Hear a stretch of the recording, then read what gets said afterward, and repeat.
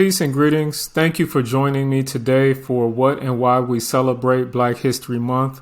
My name is Born Logic Allah. I'm the co-founder of Melaneyes Media.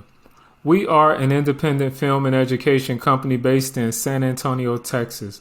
We specialize in sharing our story, the Black experience, through documentary films, presentations, and online courses. And so today, once again, what and why we celebrate Black History Month, let's take a look at what we will be discussing for this session.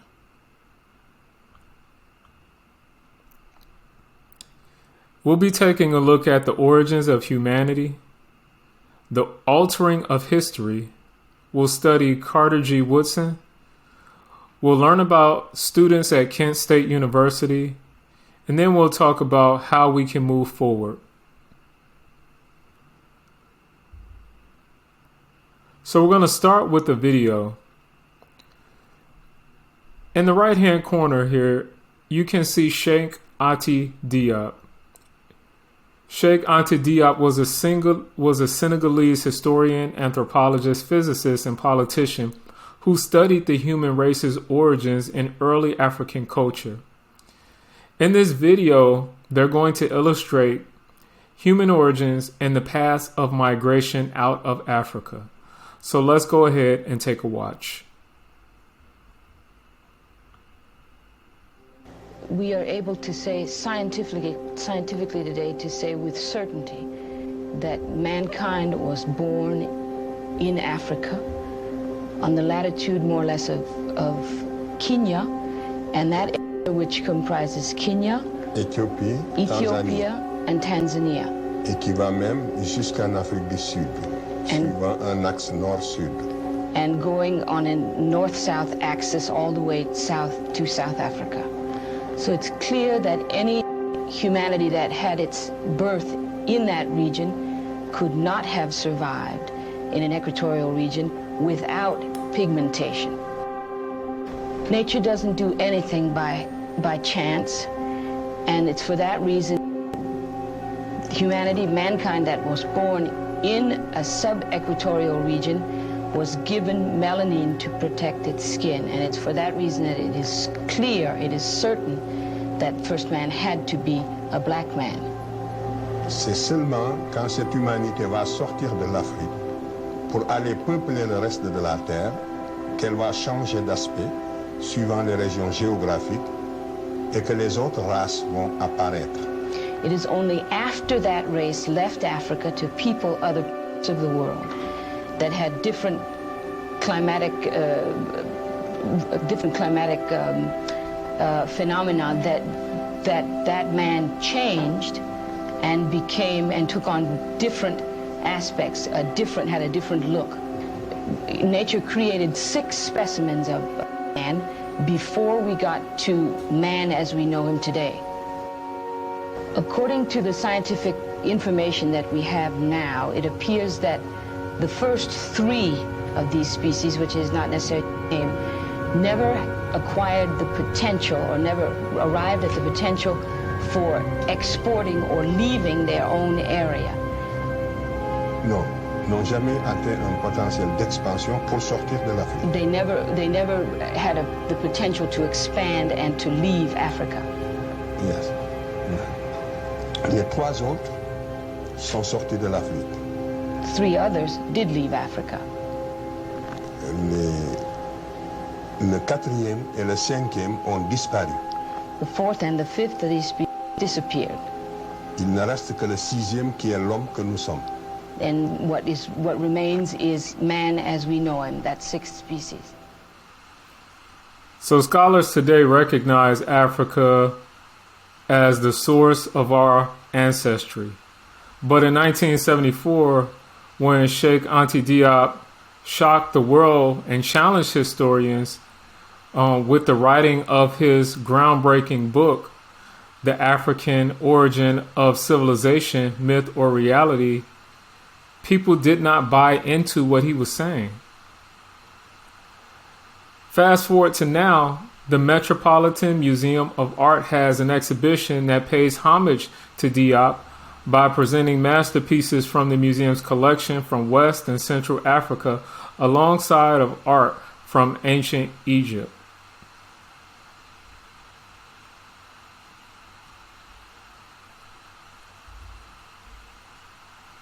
So we're going to continue, just speaking about the African origins of humanity. By conservative estimates, modern man has existed 200,000 years. So basically from 55,000 BCE to now, time has been spent migrating out of Africa, which you watched and saw in the video. But I want you to look at it from this perspective. From 200,000 BCE to 55,000 BCE, that time was spent exclusively in Africa by all of humanity. So 72% of all human history, approximately 145,000 years, took place in Africa. All of human history took place, at least 72% of it, exclusively in Africa.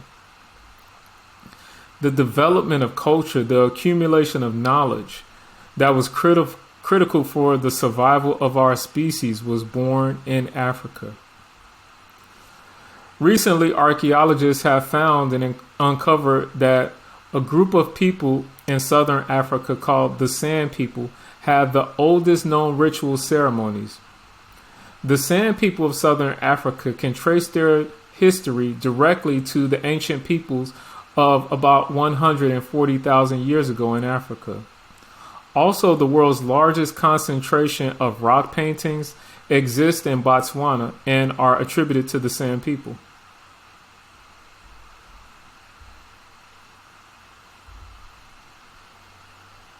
So as we continue to talk about the African origins of humanity, we're going to stop for a minute and talk about our physical characteristics. Africa is where humanity has the most physically and also genetically diverse population. So it's the most genetically diverse and most physically diverse place on the planet. Dark skin with higher levels of melanin was essential in sub-equatorial climates where life began. So our dark skin is a benefit. Wider nostrils help to pull in more air to the lungs in warm climates. Hair texture, kinky coily hair that protrudes from the head allows air to flow through and allows sweat to evaporate quicker. And so even if the oldest human remains had not been found in Africa, our physical features are still evidence of our origin and should never be looked at as a stigma, but a benefit.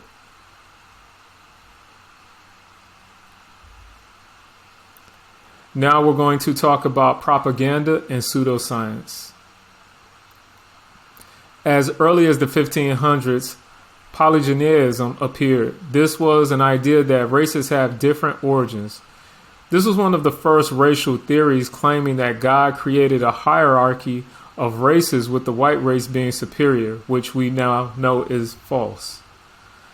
There was a spread of misinformation in pseudoscience and the altering of human history, which was used to justify enslavement and atrocities against melanated people. There was a need to make black people appear lazy, uncivilized, and as a people without a history. And the justification for it all was enslavement. And so we're going to watch a short video to learn even more. European domination and subjugation of other civilizations was viewed as evidence from God of Europeans' superior heritage, supporting the idea of white supremacy. 1781. In Notes on the State of Virginia, Thomas Jefferson, often thought of as a benevolent slaveholder who wrote that all men are created equal, becomes the first prominent American to suggest innate black inferiority. Quote, I advance it as a suspicion only that the blacks, whether originally a distinct race or made distinct by time and circumstances, are inferior to the whites in the endowments of both body and mind. His writings help rationalize slavery in a nation otherwise dedicated to liberty and equality, and he calls on scientists to provide proof of Black inferiority. We educate in a way that says that white males have done all the adventures, have made all the adventures, have done all the discovering, have made all, and everything that is good and has been accomplished according to social studies, which is actually anti-social studies, by white males. It's a lie. But we do that in order to maintain the myth of white superiority. The myth of race has to be maintained at all costs in this country. Right. So good information there. So out of enslavement, there was a need for historians to study and set the record straight. Black men and women with more access to education and tools at their disposal sought to tell their own story. Black history is American history. However, because it has been systemically ignored, minimalized, and sometimes outright stolen, there was a need for Black history specifically. And so there were great scholars, men and women, who stepped up to the plate. We're going to learn about some of them right now. First, we're going to look at J.A. Rogers. He was a self-trained historian, novelist, and journalist. Joel Augustus Rogers spent most of his life debunking pseudoscientific and racist depictions of people of African ancestry. He held a variety of jobs, including a Pullman porter and a teacher, but eventually found his niche as a journalist and historian. He began to focus on combating what he saw as white racist propaganda history in both books and popular films and other media of the period that omitted persons of African ancestry as contributors to world history. Rogers in 1917 published his seminal work From Superman to Man. And so J.A. Rogers, definitely someone you should learn more about. Multi-talented, self-taught. He was multilingual, mastering German, Italian, French, and also Spanish. So once again, J.A. Rogers. Next, we're going to learn about Arturo Alfonso Schomburg. He was a historian, writer, researcher, and curator. He amassed a personal collection of 10,000 items related to Black history and the African diaspora. This was transferred to the New York Public Library and became the starting point for today's Schomburg Center for Research in Black Culture. Arturo Alfonso Schomburg firmly believed that the American Negro must remake his past in order to make his future. The first part of this process was to reclaim history by gathering evidence of Black people's contributions to history and also culture. In grade school, Schomburg's teachers, one of them, claimed that Blacks had no history, heroes, or accomplishments.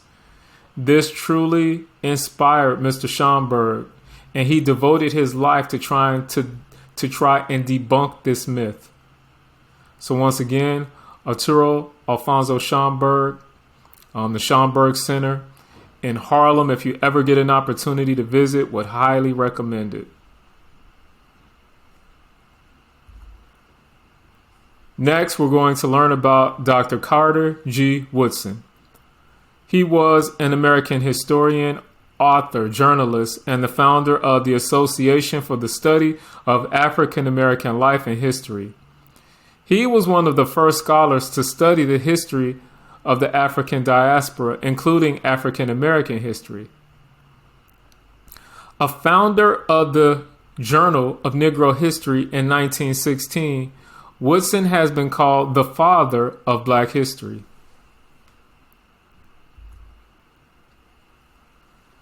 Carter G. Woodson was born December 19, 1875 in New Canton, Virginia. Carter Goodwin Woodson was the fourth of 9 children born to parents who were formerly enslaved. As an African American boy growing up in Central Virginia during the late 19th century, Woodson had few educational or employment opportunities.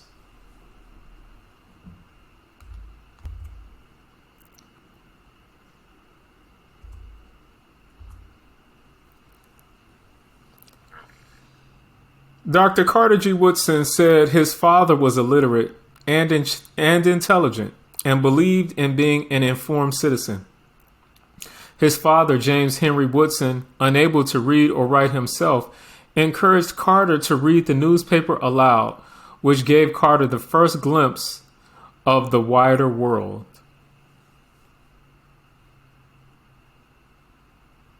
And so now we're going to watch a short video to learn more about the life and the work of Carter G. Woodson. In 1897, Woodson received his high school diploma from the all-black Douglas High School in Huntington, and after briefly teaching school in Winona, West Virginia, Woodson returned as principal of Douglas High from 1900 to 1903. At the same time, Woodson earned his bachelor's degree in literature from Berea College in nearby Kentucky. After spending some years traveling the world and serving as an educational supervisor in the Philippines, Woodson returned to the United States and obtained a master's degree from Chicago University. Eventually, in 1912, Woodson will be awarded a PhD in history from Harvard University, becoming just the second African American after W.E.B. Du Bois to earn a doctorate from the prestigious institution. Woodson, unlike Du Bois, though, was descended from former slaves, and Woodson is believed to be the only offspring of former slaves to receive a PhD in history from any institution. During his years traveling and years as a student, Woodson realized that the role of blacks in American history, as well as world history, was being ignored and misrepresented. He sought to change this not only as an educator, but also as a writer and activist. Woodson, along with 4 other black men, founded the Association for the Study of African American Life and History in Chicago in 1915. The same year he published his first book, The Education of a Negro, prior to 1861. The following year, Woodson founded a quarterly academic journal, the Journal of Negro History, which continues to be published today as the Journal of African American History. It was widely believed that African Americans had no history to be appreciated, and Woodson set about to debunk that kind of thinking. Woodson's profile was rising in the black community as one of its most important leaders of the time. But still, Woodson faced struggles in getting his work accepted by white scholars and white-owned publishing companies. This led directly to his creation of the Associated Publishers in 1922, a publishing company that would focus on publishing the work of black scholars and authors. Woodson continued to produce his own works as well as publishing perhaps his most famous book, The Miseducation of a Negro, in 1933. But it was his pioneering of Negro History Week in 1926 that garnered Woodson's nickname as the father of black history. So once again, Dr. Carter G. Woodson truly devoted his life to black history. He never married, he never had children. He devoted his home and a majority of his time to studying and sharing African American history and also African diaspora history. So on February 7th, 1926, Carter G. Woodson initiated the first celebration of Negro History Week. It is commonly said that Woodson selected February to encompass the birthdays of 2 great Americans who played a prominent role in shaping black history, namely Abraham Lincoln and Frederick Douglass, whose birthdays are the 12th and the 14th, respectively. From the beginning, Woodson was overwhelmed by the response to his call. Negro History Week appeared across the country in schools and before the public and caught on like wildfire. Woodson and his association scrambled to meet demand. They set a theme for the annual celebration and provided study materials, pictures, lessons for teachers, plays for historical performances, and posters of important dates and people. And so we mentioned Frederick Douglass. In case anyone is not familiar with him, we're just going to look at his history a little bit. Frederick Douglass was an American social reformer, abolitionist, orator, writer, and statesman. After escaping from slavery in Maryland, he became a national leader of the abolitionist movement in Massachusetts and New York, becoming famous for his speeches and anti-slavery writings. Douglass wrote 3 autobiographies describing his experience as a slave. In his narrative of life of Frederick Douglass, an American slave in 1845, which became a bestseller and was influential in promoting the cause of abolition. So a great man, Frederick Douglass.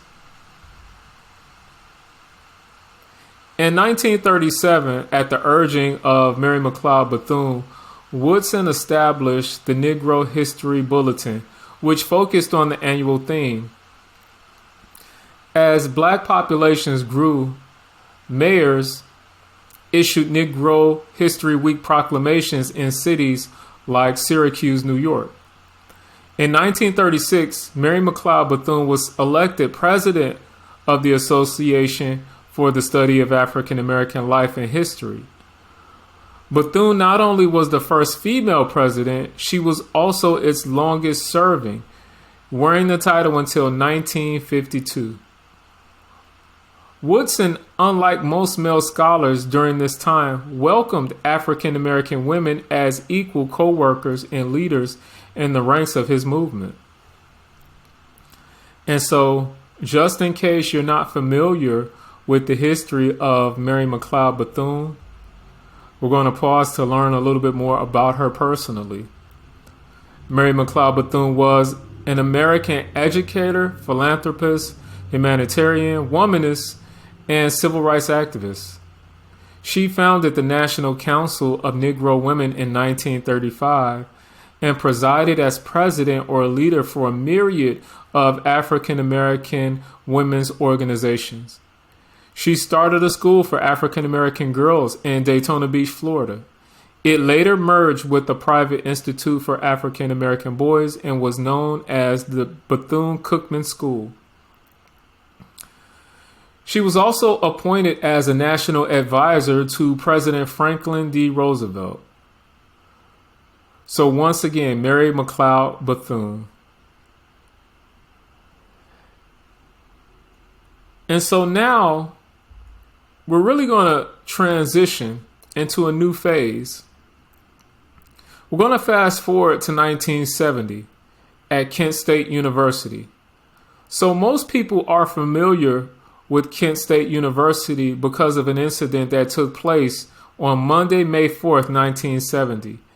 The Ohio National Guard opened fire on students protesting the Vietnam War on the campus of Kent State University. In just 13 seconds, 4 students were killed and 9 were injured. The Kent State shooting was a watershed moment in American history.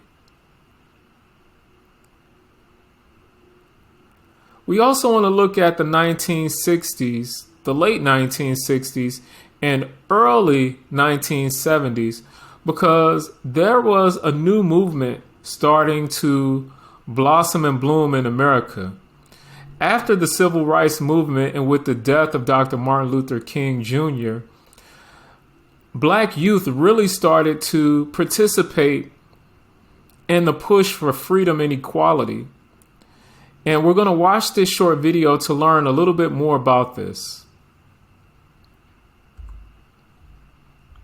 Stokely Carmichael is really the biggest activist who participated in both civil rights and black power during the 60s. He was a freedom rider and sat in on lunch counters.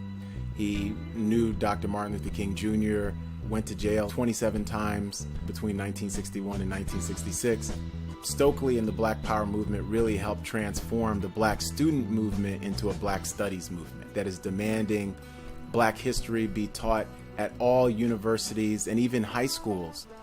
In 1968, protests erupted at San Francisco State College.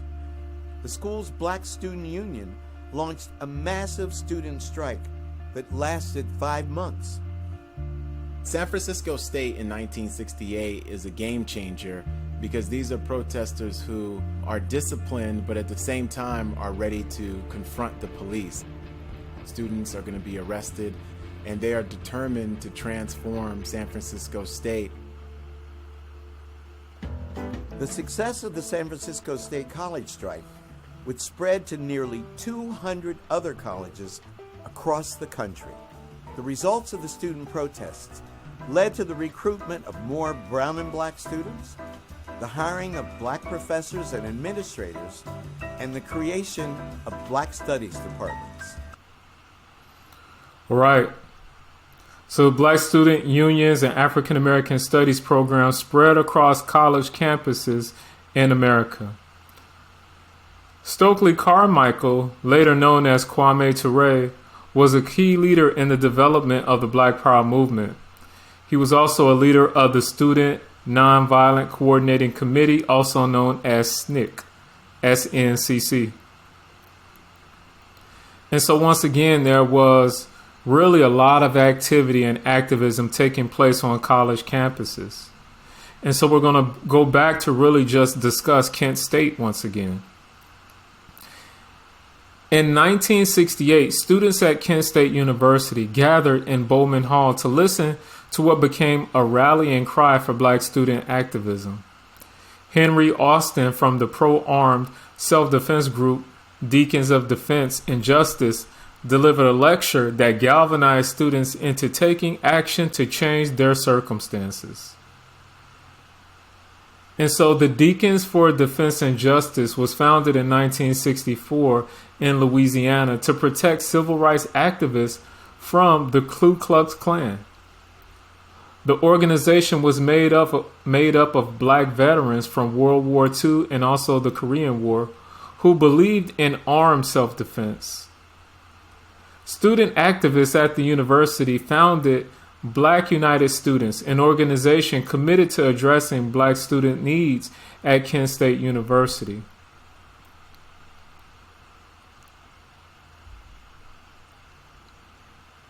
And so once again, BUS, or Black United Students, they organized a mass walkout in November of 1968, where hundreds of Black student activists exiled themselves to Akron, Ohio for 8 days in response to the Oakland Police Department on-campus recruitment. The protest was in solidarity with the Black Panther Party and their struggle to curtail police brutality in Oakland, California.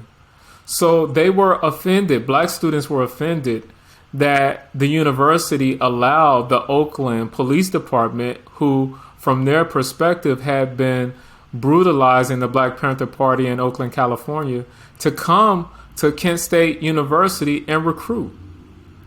What started out as a protest over police recruiters on campus became something much bigger when Kent administrators threatened to punish students who participated in the walkout.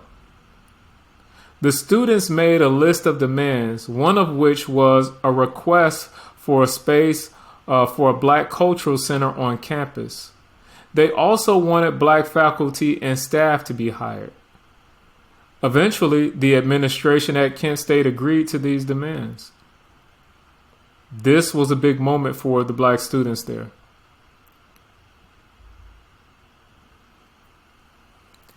In 1969, the school hired Dr. Edward Crosby as the director of the new Institute for African American Affairs.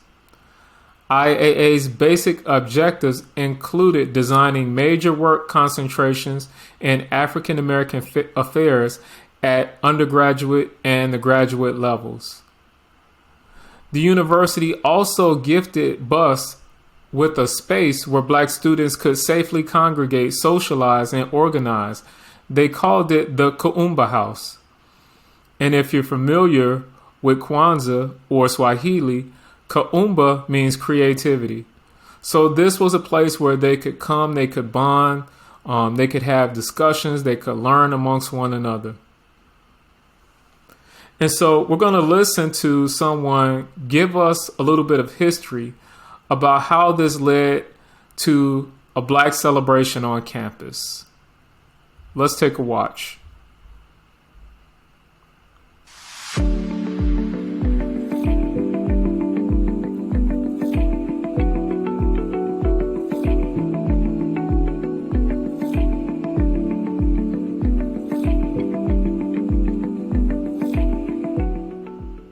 They basically were talking about they wanted to bring more things during Negro Week. And at the time, it was 2 weeks. It wasn't 1 week.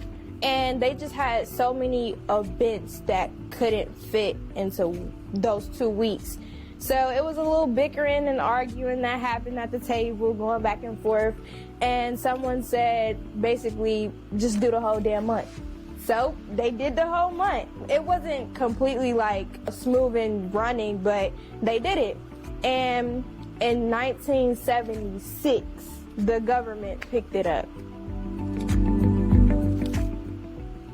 It's kind of really inspiring just because it's not common knowledge. So to know that you're a part of something that's literally bigger than you is, I don't know, you can't really put it into words. It's just really exciting. And so a great story. So Kent State University originally planning what would be Negro History Week on campus that they expanded to 2 weeks and then realized they didn't have enough time, so they did the whole month. And because once again at this time the Black Power movement was really in effect, people had stopped using the term Negro. So it became Black History Week and then Black History Month. That first celebration was attended by Pulitzer Prize winning poet Gwendolyn Brooks, former poet laureate of the state of California Quincy Trope, and world-renowned Nigerian musician Babatunde Olatunji. And so they had great events, and this caught on like wildfire throughout campuses across the country. And so schools all over the U.S., K through 12, and colleges started participating in Black History Month. In 1976, during the nation's bicentennial, President Gerald Ford urged Americans to seize the opportunity to honor the too often neglected accomplishments of Black Americans in every area of endeavor throughout our history. And so this is when Black History Month officially became endorsed by the nation and became a thing all over the U.S.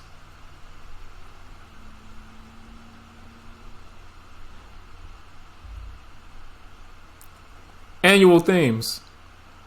Over the years, every Black History Week or month, the Association for the Study of African American Life and History has designated a theme to reflect changes in how people of African descent in the United States have viewed themselves. Carter G. Woodson established Negro History Week in 1926. Even then, he realized the importance of providing a theme to focus the attention of the public. And so on the right here, you can see a list of different themes just throughout the different years. But once again, every month since Black History Month began, and even when it was still Negro History Week, each one has had a theme. In case you were not aware, this year's theme in 2023, resistance. African Americans have resisted historic and ongoing oppression in all forms. And so the association has released a message that we should all adhere to. It says, "This is a call to everyone inside and outside the academy to study the history of Black Americans, responses to establish safe spaces where Black life can be sustained, fortified, and respected. And so, once again, the theme for 2023, resistance.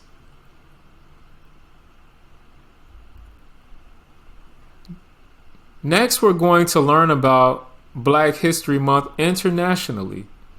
Black History Month is not just celebrated in the United States. It is celebrated internationally. And we're going to watch this short video to learn more about this. And has inspired similar celebrations around the world. Moving on to Canada now, and fun fact, it was a Black woman who created Black History Month in Canada. Back in 1995, Jean Augustine, the first Black Canadian woman elected to Parliament, introduced a motion to celebrate Black History Month, which was passed by the House of Commons. Next up, we have Germany, who first began celebrating Black History Month in 1990, founded by members of the Initiative Schwarze Deutsche, the initiative of Black Germans. Black History Month was founded in Germany as a cultural space where attendees could discuss Black German history and contribution, and the African diaspora more widely. We jump now to Italy, where Black History Month is relatively new but thriving nonetheless. In February, Black History Month celebrations are held across the country, including in Rome, Milan, Bologna, and in particular, Florence. Black History Month Florence was founded in 2016 by African-American artist Justin Randolph Thompson and musician Andre Halyard to highlight the cultures of Afro-diasporic communities throughout Italy. As I mentioned earlier, another popular month for Black history celebrations is October. One of the first nations to celebrate in this month was the UK. Black History Month was founded in the UK by the pioneering Ghanaian activist Akiaba Adesebo. He chose the month of October because it's near the beginning of the academic school year in the UK, so Black British children begin the academic year with a sense of pride. We travel now to the Republic of Ireland, where Black History Month celebrations began locally in 2010, before being recognised nationwide in 2014. Now, this may come as a surprise to some, but October is celebrated in the Netherlands as Black Achievement Month. It was created in 2015 by Dutch former politician John Leerdam in collaboration with the National Institute for the History of Slavery and Heritage, also known as NINSE. Countries that hold Black History Month at different times of the year include Belgium and Australia. Black History Month in Belgium is celebrated across the month of March. It was established in Antwerp in 2017 by members of the African Youth Organization, namely Aminata Ndao and Mohamed Bari. We hop all the way to Australia now for Black History Month, which is celebrated in July. This celebration is distinct in that it focuses on the history and cultures of the Aboriginal and Torres Strait Island communities. In this case, Black is spelled BLK because it is a term used by some Aboriginal people to reclaim agency over the notion of black or blackness. The month of July was chosen to coincide with the Aboriginal and Torres Strait Island celebrations, NAIDOC Week, and the Coming of the Light. Now All right, so that gives us an idea of how Black History Month is celebrated internationally. I think that's a really cool way just to understand the impact across the globe. So, the original intention. Dr. Carter G. Woodson designated the second week in February as Negro History Week. He built curriculum for educators to use throughout the school year. It was his goal that Black people would learn of their past on a daily basis, so that there would be a time in the future when an annual celebration would be no longer necessary. It shouldn't really be a time for African Americans to learn their history. It should be a time when we are sharing our stories with the broader society who may not know the contributions and advancements we have made as a people. And I think that's something that we have to understand. I know a lot of people have questioned, well, do we still need Black History Month? Is it necessary? And so I want to talk about that a little bit too. But let's go ahead and watch this video. So, is this celebration still relevant today? Well, it depends on who you ask. Critics charge that the progress we've made from the 1920s to the 2020s has largely made Black History Month irrelevant. Or that worse, singling out Black history is actually counterproductive to broader efforts at inclusion. Although we may have made progress, however, research from the Southern Poverty Law Center and other sources still shows that we are far from our goal of honoring the multiple voices in our classrooms and challenging dominant narratives. At the same time, new and emerging movements for racial justice call out for historical context, which our schools simply fail to provide. Carter G. Woodson himself was cautiously optimistic that students in the future would no longer need Black History Month if we taught in ways that honored and elevated our students and told their stories all year long. But we're not there yet. So Black History Month will continue to be what it always has been: a celebration, a stinging indictment, and a call to action, all in one. All right. So some really good points made in the video. I think it's also worth noting that 44 states across the nation have implemented legislation or some type of act to limit how racism and sexism can be taught in K through 12 schools. And so this lets us know that there is still a need. They are continuing to ban books as we speak by African American authors in K through 12 schools across the country. And so we're going to watch this next video to help us better understand the political climate that we are in as a nation. According to an analysis by Education Week, since last year, 37 states have introduced or passed legislation that puts constraints on what can be taught about racism, sexism, and inequality. Definitely. In Alabama, officials have already gotten complaints from some parents who say that celebrating Black History Month constitutes the teaching of critical race theory. Now, the officials there are not agreeing that it is critical race theory, but just the fact that people now feel comfortable lodging these complaints against a celebration like Black History Month shows the political climate that we're in. Also, there's various children's books about Black History Month or celebrated African Americans that parents have complained about.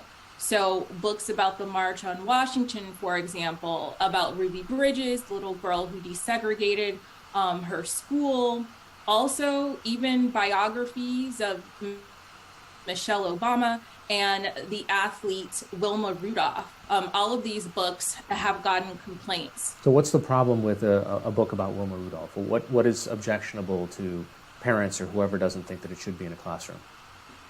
So that complaint came out of Texas, a suburb of Dallas, and the concern was just that the book mentioned the racism that Rudolph endured in Tennessee during the 1940s. So many of these laws say that, any references that could make students feel uncomfortable, especially white students, feel uncomfortable in some way about racism or about the history they're being taught, that parents can complain about that. And that's what we're seeing. Parents saying they're uncomfortable with references to racism.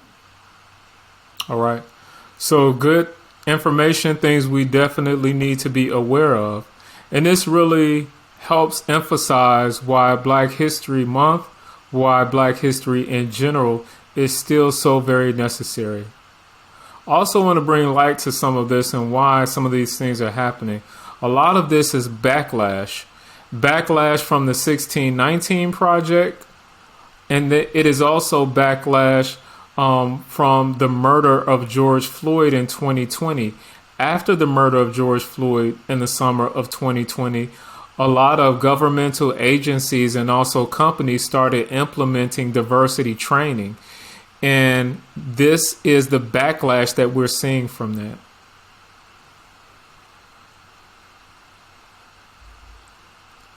So Black History Month is still very relevant and still very necessary. So now we want to talk about ways that we can celebrate. So one way that you can celebrate Black History Month is to seek Black history. In your local area, visit a local museum that showcases the contributions of the Black community in your particular area.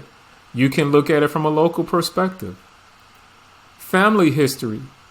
Uncover the Black excellence in your bloodline. Or for allies, Look for friends and associates that you personally know who have rich history and stories. Share information. Make knowledge that you have attained easily accessible to others. This can be in social circles, on social media platforms, and also your network. Support Black nonprofits. Maybe consider donating money or your time to a Black nonprofit to help continue their vital work. And continued education. Commit to learning and sharing Black history throughout the year.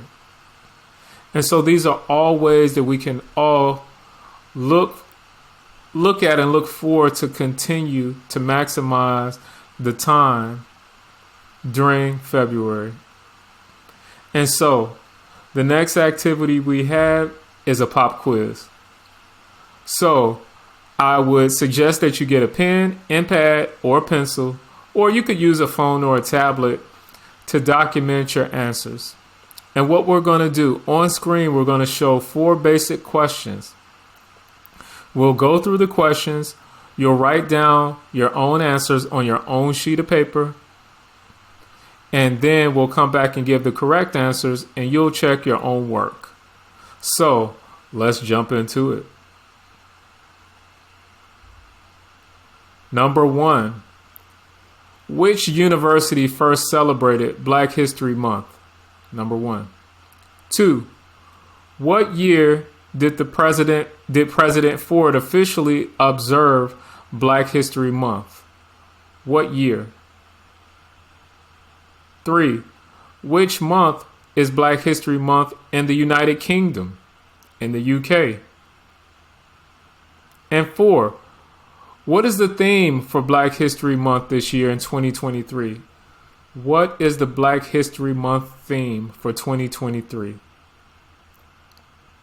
So, those are our 4 questions. Hopefully you've had an opportunity to write down your answers. We're going to reveal the correct answers now, and you check your own work. The answer to number 1, Kent State University. Once again, it is located in Ohio. Number 2, the answer is 1976. Remember, it was approximately 50 years between the first Negro History Week in 1926 until 1976, when America adopted Black History Month. 3, October. In the UK, it is celebrated in October.